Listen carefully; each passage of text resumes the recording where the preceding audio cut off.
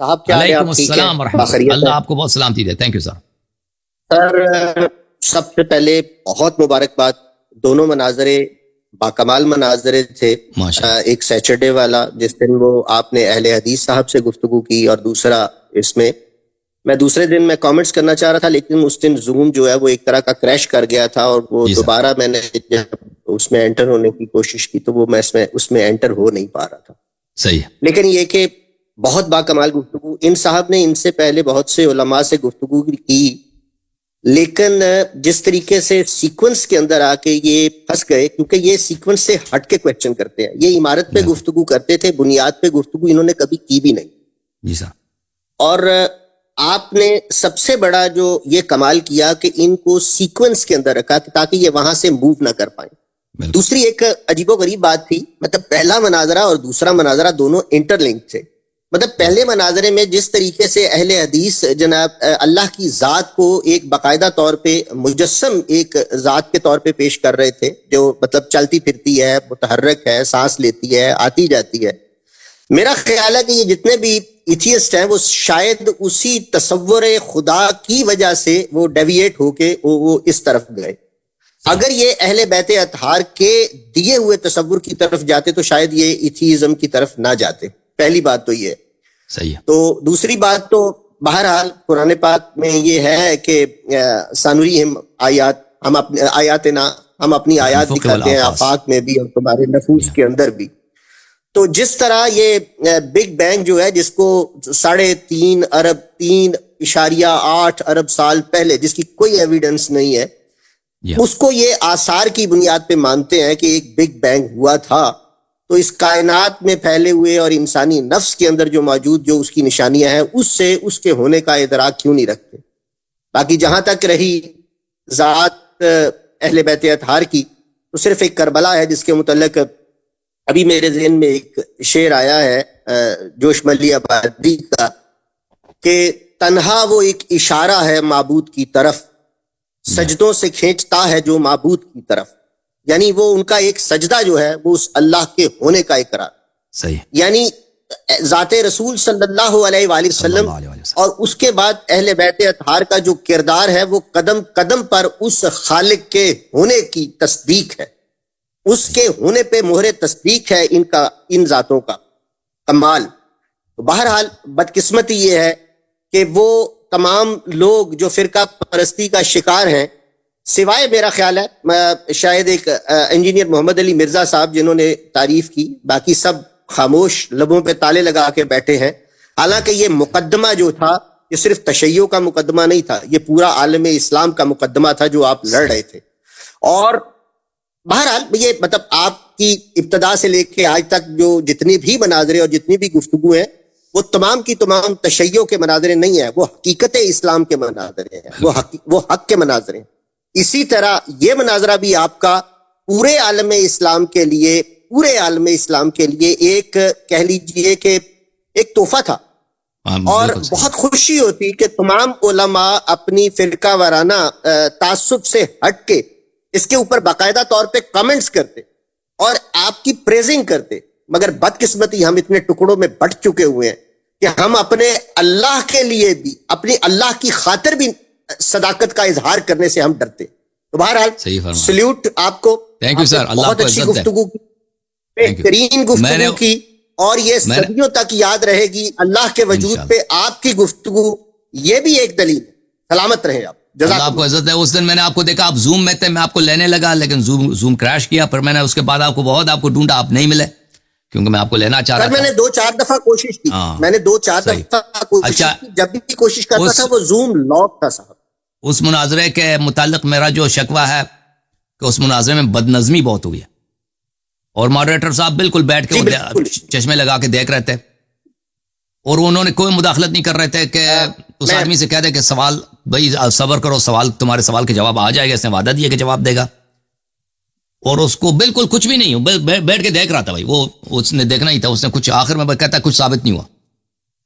تو اس سے مجھے بڑا شکوہ، اگر وہ اپنا وجہ تھی، میں عرض کیا دیتا ہوں، اگر وہ اپنے فرائض انجام دے دیتا نا تو یہ مناظرہ بہت وضاحت کے ساتھ اور مطالب بہت زیادہ وضوح کے ساتھ سب کے لیے سامنے آ جاتا. جی ہاں، جی سر بولیں. سر آپ کا جو آپ کا جو بولنا تھا نا، آپ کا جو بولنا تھا وہ ان کے پورے جو ویژن جو لے کے آئے تھے نا اس کو ڈیمیج کر رہا تھا، اس لیے وہ آپ کو بولنے نہیں دے رہے تھے. اس نے صرف ابتدا میں آغاز کیا، لیکن جب آپ کا وہ کویشچن تھا کہ بگ بینگ سے پہلے کیا تھا، یہاں وہ اپسیٹ ہوا. اس کے بعد اس ریئلی آپ نے جو یہ، اگر ویسے تو میں کہہ سکتا ہوں کہ یہ تکیہ کلام کے طور پہ ہے کہ اس کا رنگ اڑ گیا، لیکن اس وقت حقیقتاً اس کے چہرے کے اوپر ہوائیاں اڑنی شروع ہو گئی تھی، کیونکہ اس کی پوری تھیوری جو تھی نا وہ ڈیمیج ہو گئی تھی. اور اس کے بعد کنٹینیوسلی خدا کے وجود کے اوپر وہ کہہ رہا ہے جی 2 منٹ کی، خدا کے وجود کے اوپر 2 منٹ میں کیسے گفتگو ہو سکتی ہے؟ اس کا ایک مقدمہ ہے، پھر اس کے اوپر آپ نے اس کی صفات کے حوالے سے بات کرنی تھی، وہ بات کی گفتگو پہلے مانگ رہا تھا. اور پھر کنٹینیوسلی مجھے حیرت ہے کہ کنٹینیوسلی وہ ایک کویسچن کو اس نے اتنا ریپیٹ کیا کہ سر میں درد ہونی شروع ہو گئی. مطلب یہ ایک حیرت ہے. اور آج ابھی جو ایک صاحب تشریف لے کے آئے تھے، یہ میرا خیال ہے ایتھیزم کی سب سے سپرلیٹو ڈگری تھی کہ بالآخر ایتھیزم اس جگہ پہ پہنچ جاتا ہے جو آج صاحب آئے. یہ سپرلیٹو ڈگری تھی سر.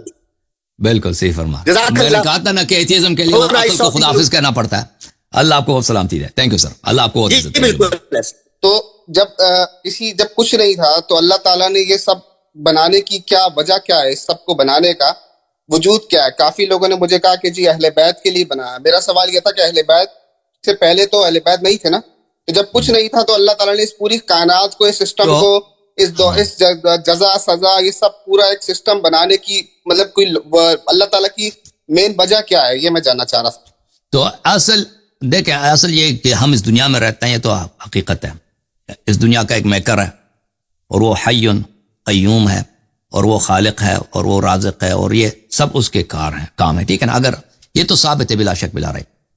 احادیث میں، قرآن مجید میں ہے کہ اللہ تعالیٰ نے استخلاق کیا کہ اس کی عبادت کریں لوگ.